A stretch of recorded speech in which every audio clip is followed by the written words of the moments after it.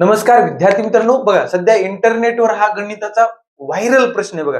याचे दोन उत्तर येतात. मग विद्यार्थी मित्रांनो, त्यापैकी कोणतं उत्तर बरोबर हे आपल्याला कमेंट मध्ये सांगायचं आणि त्याचं कारण सांगायचे. बघा मग विद्यार्थी मित्रांनो, ही पदावली सोडवताना दोन प्रकारे सोडवतात. आपण दोन्ही प्रकारे कसं सोडवतात ते आपण सोडवून दाखवू आणि तुम्ही कमेंट मध्ये उत्तर सांगा कोणतं बरोबर आहे.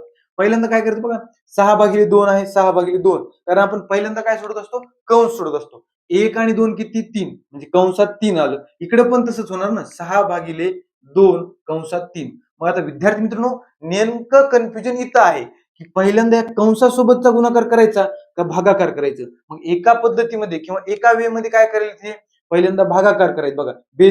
6 आणि हे कंसातले 3 जशाच तसे, आणि इकडले काय करायचं, आधी कंसासोबतचा गुणाकार करायचा. किती येणार, 6 आणि भागिले 6 जशाच तसे. मग विद्यार्थी मित्रांनो बघा, आता इथं काही चिन्ह नसते म्हणजे काय गुणाकार असते. 3 त्रिक 9, इकडलं उत्तर येईल 9 आणि 6/6 किती येईल 1. विद्यार्थी मित्रांनो, इकडे 9 येईल, इकडे 1 येईल. याच्यापैकी कोणतं उत्तर बरोबर ते तुम्ही कमेंट मध्ये सांगा. धन्यवाद.